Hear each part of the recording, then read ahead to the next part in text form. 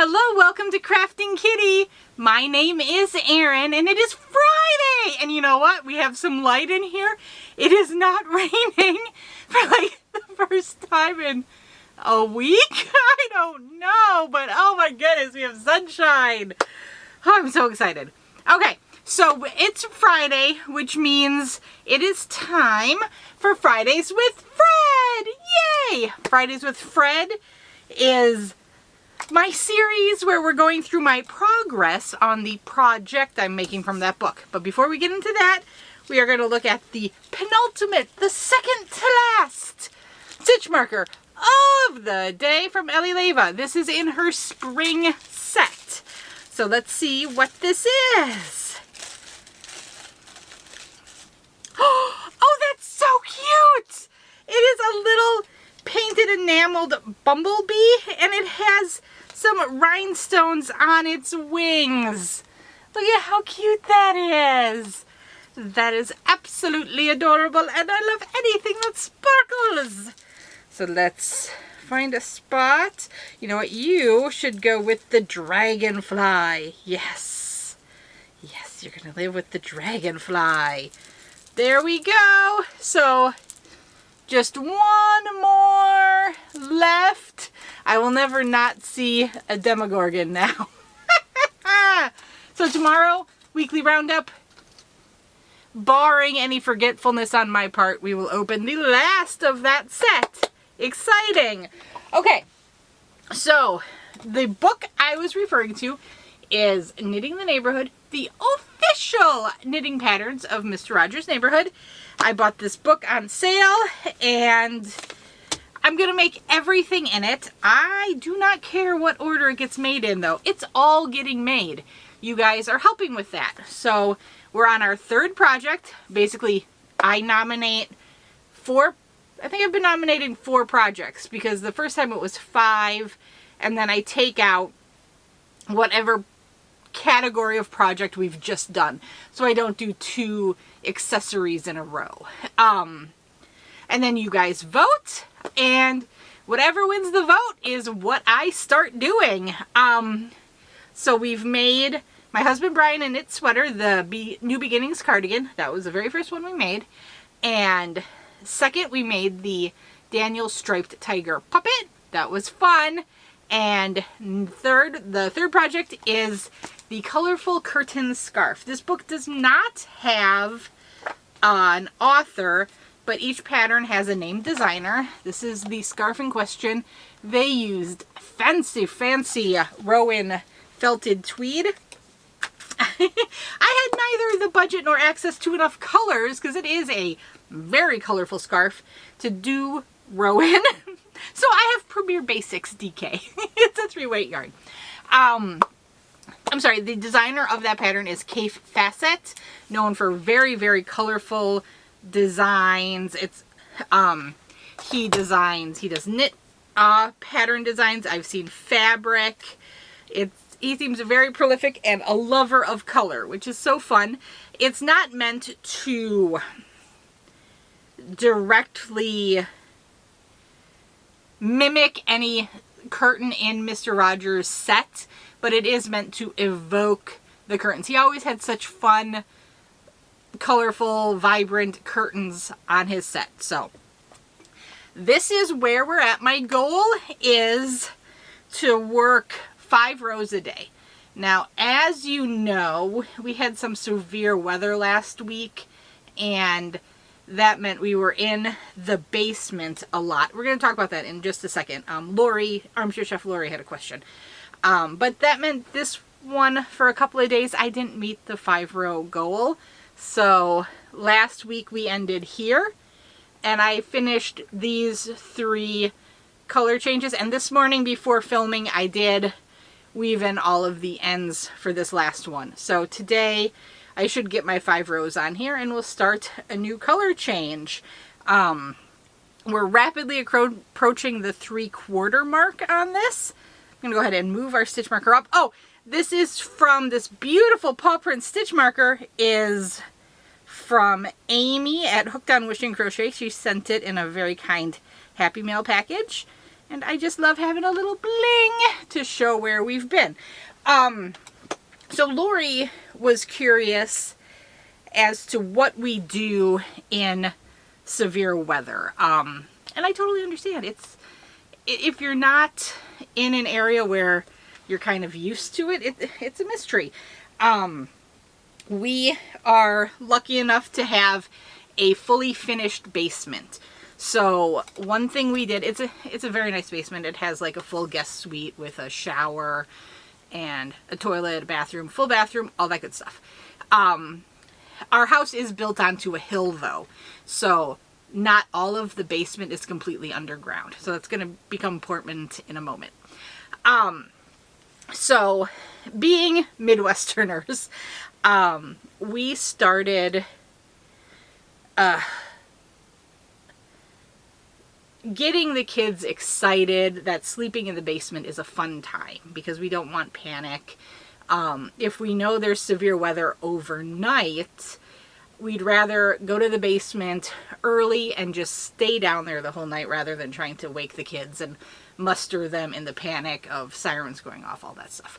So if we see the warnings coming up, you know, early evening and we know they're going to go past bedtime, we say, oh, it's going to be a camp out. It's a sleepover downstairs, and the kids get super excited. We do snacks, we'll do popcorn, we'll watch a movie or a TV show, and then we'll settle on in. We've been lucky that there's only actually been one tornado actually hit our town directly and come close to us. It actually ripped up, we were fine, but it ripped up a ton of stuff from our neighbors. We hit one of his trees fell into our yard. Just a fence. It doesn't matter. It's an aluminum fence. And we did, after that storm, have to replace our roof. It wrecked our roof. That was just an F1. So it was bad. So we had an F1, and then we had something called a derecho that came hot on the tails of each other. And a derecho is a very heavy wind storm that doesn't produce a tornado. So we're not really sure if it was the tornado or the derecho that wrecked our roof because they were so close to each other. But anyway, so we've made it a fun time. The kids go to the basement. The only time the kids get panicky, and frankly I get panicky because tornadoes scare the bejesus out of me, is when the sirens actually start going off. And unfortunately, last week the sirens went off 3 times in one night. There were actual touchdowns in our area. None of them came directly for our area, for our house, for our neighborhood. So if it's just like that and we know we're not in the direct path of something bad, we just sleep in the basement. We have like camp, we put a ton of blankets on the floor, camp out. There is a spare bedroom down there, but it has a queen size bed, and a family of 4 is not going to all fit on a queen size bed. And plus, the guest bedroom is not fully underground and has windows. 2 things that will be important. So if we know we are on the direct path, like the one event, that was actually in 2020, so it was a couple of years ago. There are 2 places in the house that are the safest. We know in the main, so the basement has like a huge open room that's like the kids' play area on one end. We have the TV, treadmill, all that kind of stuff on the other end. One corner of that room is completely underground and the furthest from windows. So if we had to, when we're sleeping, we're very close to that corner. The kids know if they're told to get to that corner, they get to the corner, assume the position, and we wait it out. I don't know if you're not in the Midwest if you know what the position is. Basically what I learned, what we always learned in school, was you get on the ground, you kneel on the ground, roll forward, cup your head, and protect your head. Because you want, if anything's going to fall on you, you want it to hit your back. You want to protect your head. So you put your head against the wall because it's less likely that the basement wall will fall, and plus you're on the edges, if something's gonna, I get nervous talking about this stuff, but if something's going to fall, it'll likely fall in and hopefully just miss you as it falls in. The other thing you should do is get into a central room in your house, because it's more likely to be able to tear out the exterior where the interior will be safer. If you can't get to a basement level, you're supposed to go to the most central room in your house, preferably a bathroom, because of the pipes in a bathroom are stronger, and if something were to fall and hit a pipe, there's a chance the pipe will protect you.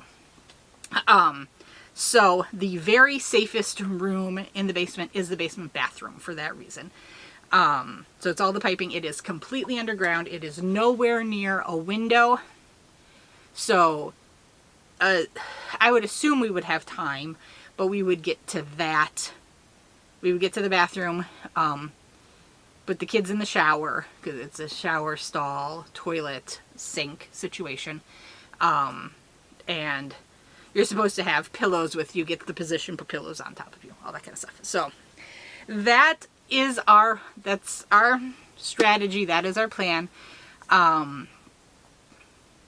We didn't have to go to either of those safety zones on the other night because we knew, based on the touchdowns, that it probably wasn't headed our way. But yeah, that was not a fun night, and that's what we do because we want to keep the kids as safe and calm as possible. We don't want somebody to be terrified. Although Bingo was very, very scared that night. She now talks about hearing the siren go off all 3 times. She was not awake for the third one. The last one went off. So the watch was supposed to be from, honestly, I don't even remember when it started.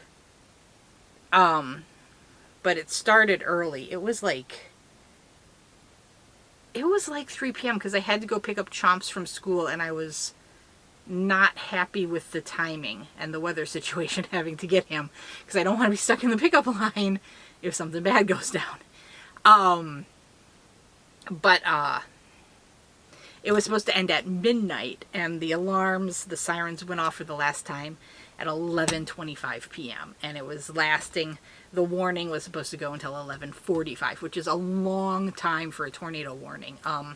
Normally they're more like 10-15 minute intervals. I guess that's only 20 minutes, but still, it feels like an eternity when you're in there watching the radar, watching the path, and going, okay, where is it actually going? How big is it? And all that kind of stuff. But there you go. That is the tornado talk, the severe weather talk, and our strategies. I think every family will have a different strategy, and I know in other areas, Oklahoma, and that, storm cellars are more common. They're not common in our area here. You also have to get used to the terminology when you live in this area. A watch is, hey, conditions are good, there might be severe weather coming, be on guard. A warning is, get to safety now, warning, warning. There's either confirmed visual touchdown or a radar indicated, they're called hooks that you can see on the radar.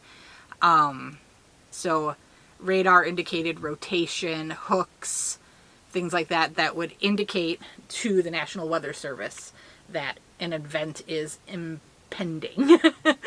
And so in our area, the sirens get tested every week on Saturdays at noon. However, if there is like thunderstorms or a severe weather potentiality on that day, they do not sound the test because they don't want to confuse it for an actual event. So the sirens only go off for warnings. So it's a warning, there is, something has been indicated, get inside now, get to your safe spot, watch out. I've seen it. I've seen a meme and I think it's clever. And it was with cake mixes, and it was like, a watch is, I've got all the ingredients for my cake and they're all sitting out on the stove. There could be a cake. There isn't one right now, but I have all of the ingredients for a cake. A warning is, Mom's in there with the mixing bowl. The cake is being mixed, and in the oven we are going to have a cake. I just thought that was clever. In this area, which I find interesting, where I've lived in the past, the sirens sound, and then at the end, it sounds an all clear alarm.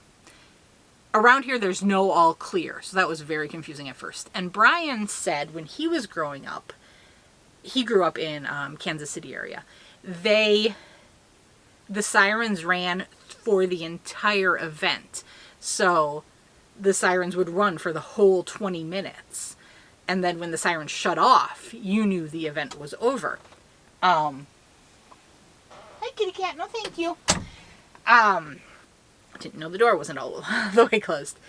When I was growing up, the sirens would sound, and it goes off for like 3 to 5 minutes. I don't know. I've never actually timed it, because you hear them go off and you start moving. You're not watching the clock. And then they shut off, and then you'd get the all clear. So here they sound for like the 3 to 5 minutes, stop, and then like will periodically sound again, like every 10 minutes maybe through the event. But there is no all clear, because I have, like, I always watch for when they say the warning is going to be over. And I've never heard the all clear, and it's a different siren. When I was growing up, it was a different sound. It was a different siren that they would let off.